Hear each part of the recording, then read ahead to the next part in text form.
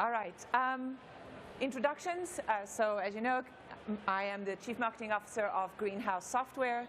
I have been with Greenhouse now for the past 4 years, and I came to Greenhouse from a background in branding. I worked in small technology startups, and most recently worked with Capgemini Consulting and Capgemini, a large systems integrator.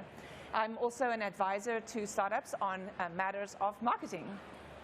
Right, and again, Ankur Apasi, I serve as the Vice President for Enterprise Revenue at Greenhouse Software.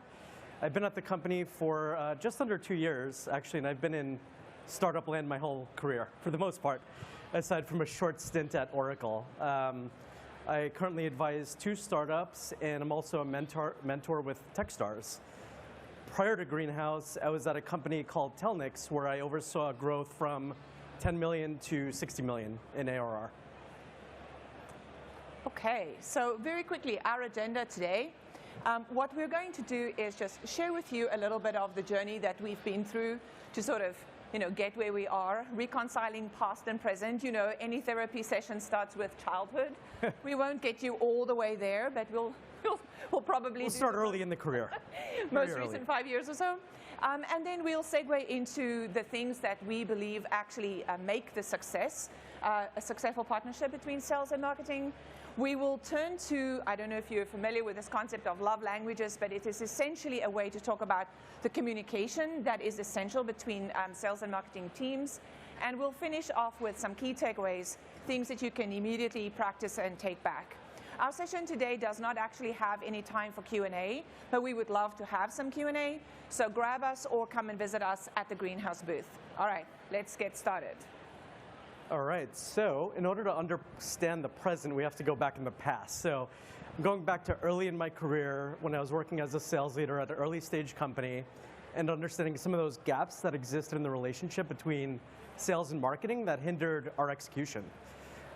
So oftentimes you'll find that marketing is so focused on lead generation, right? So focused on a marketing qualified lead, when in reality, all that sales cares about is the opportunity, and a qualified opportunity at that. So what we've often found is that sales and marketing are sometimes on 2 different pages because they're executing and working in complete silos, and they're not project planning together. Right, right.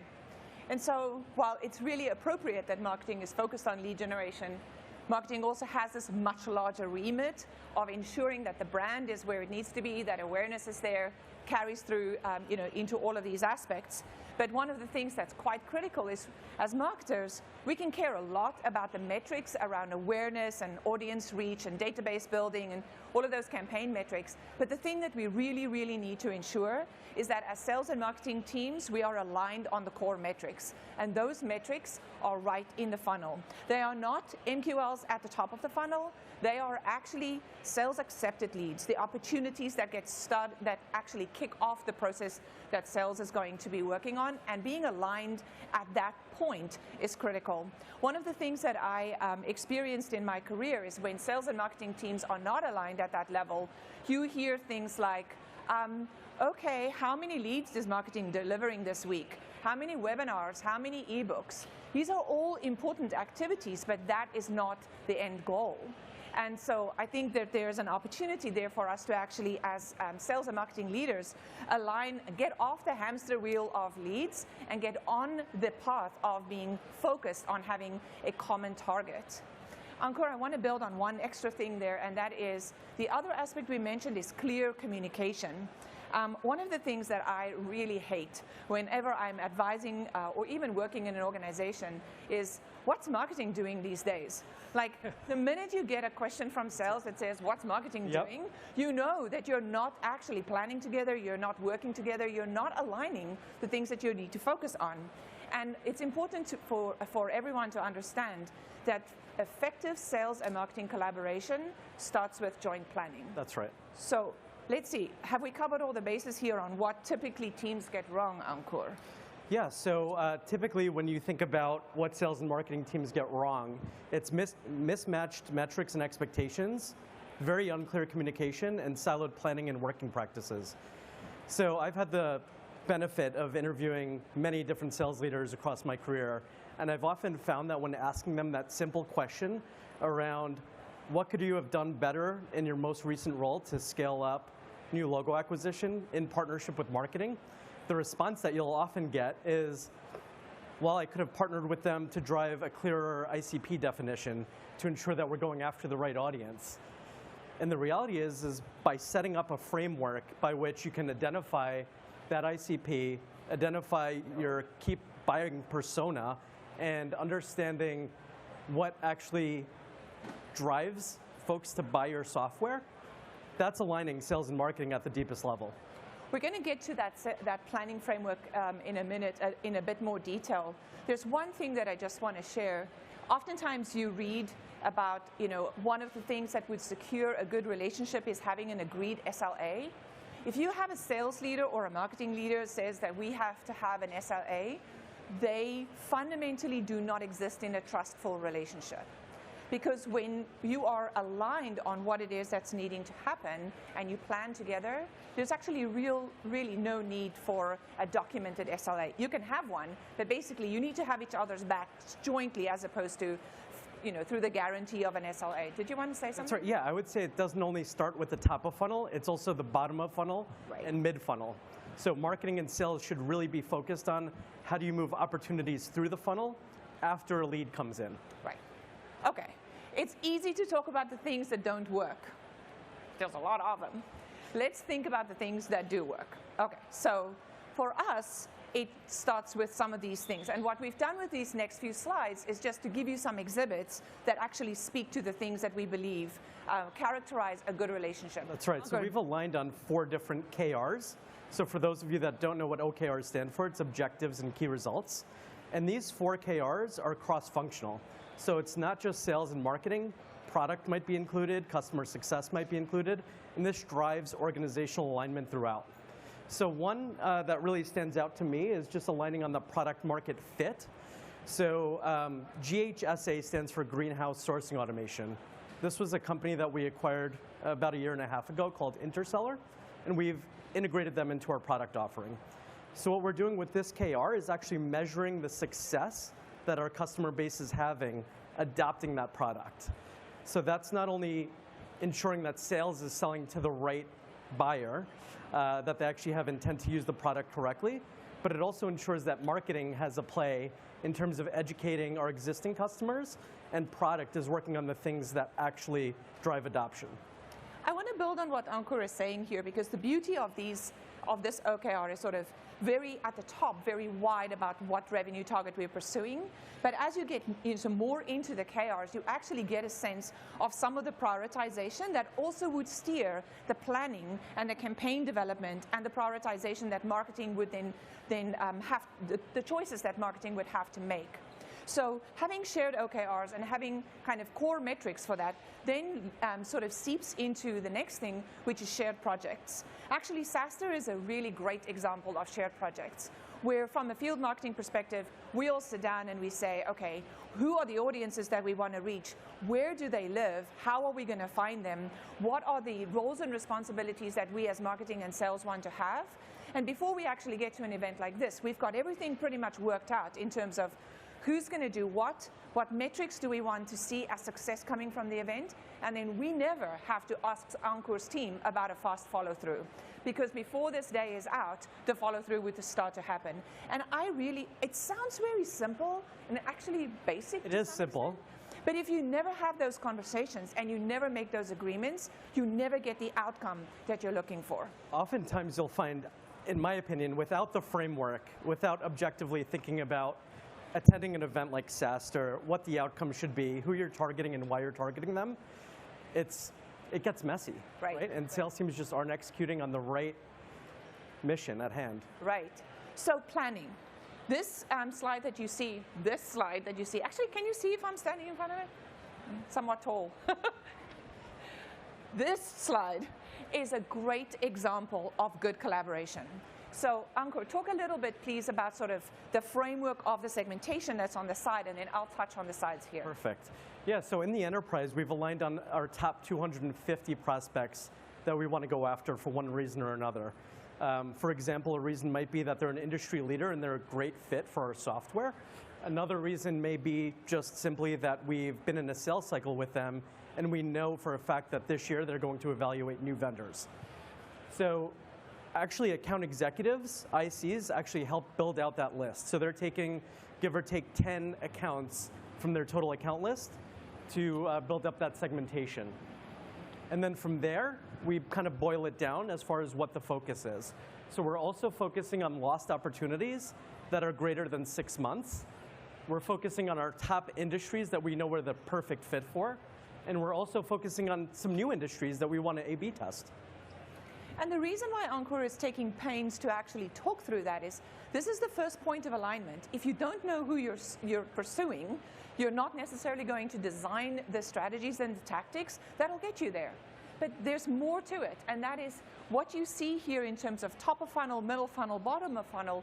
We actually frame out at the beginning of the planning period and sometimes refine it at the beginning of each quarter what it is that we're going to be pursuing and what initiatives and campaigns marketing is signing up for, who are we targeting, and then I think an important piece of sales and marketing collaboration is obviously the sales enablement component. There's a ton that goes into making sure that everyone has the tools that they need and know what to expect from each other. I love that we're talking about the who, the what, and the why.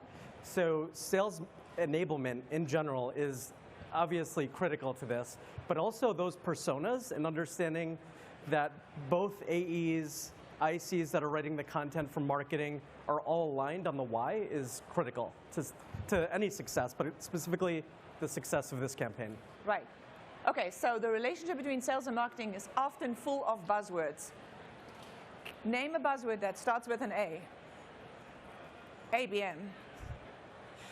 Man, the number of times I've been in conversation where somebody says, let's do ABM. I'm like, do you have a clue? So the thing about ABM is really trying to understand how are we going to reach a target, an audience in a customized way, if you would, in a more personalized way. And sales has this tendency to say, well, let's do ABM because it means lots of dinners and events and possibly some personalized swag. For us, it actually means in every sphere of that breakdown, how are we going to reach the one-to-one, one-to-few, one-to-many? And there's a ton of benefit in sitting down and planning together what that entire process of ABM is going to be. And for us, successfully in Greenhouse at this moment, we are doing ABM at a pilot level because there's no point in diving in and pretending to have a big ABM program. What you really want to do is scope it out and start maybe with a handful of accounts to see what kind of successes, how is it going to work in marketing, how is it going to work for sales. I'm going to skip over this slide just very briefly, but essentially it's an entire process and timeline.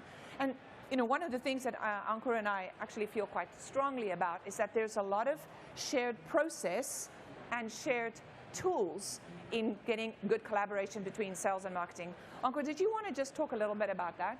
Yeah, so in general, when we think about scoring, we're not just talking about scoring ABM accounts, we're also thinking about scoring leads.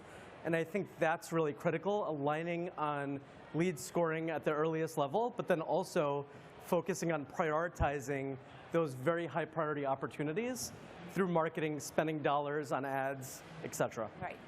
One thing that you just brought up, which is an important point of alignment, is you got to sit down and look at the marketing and sales life cycle.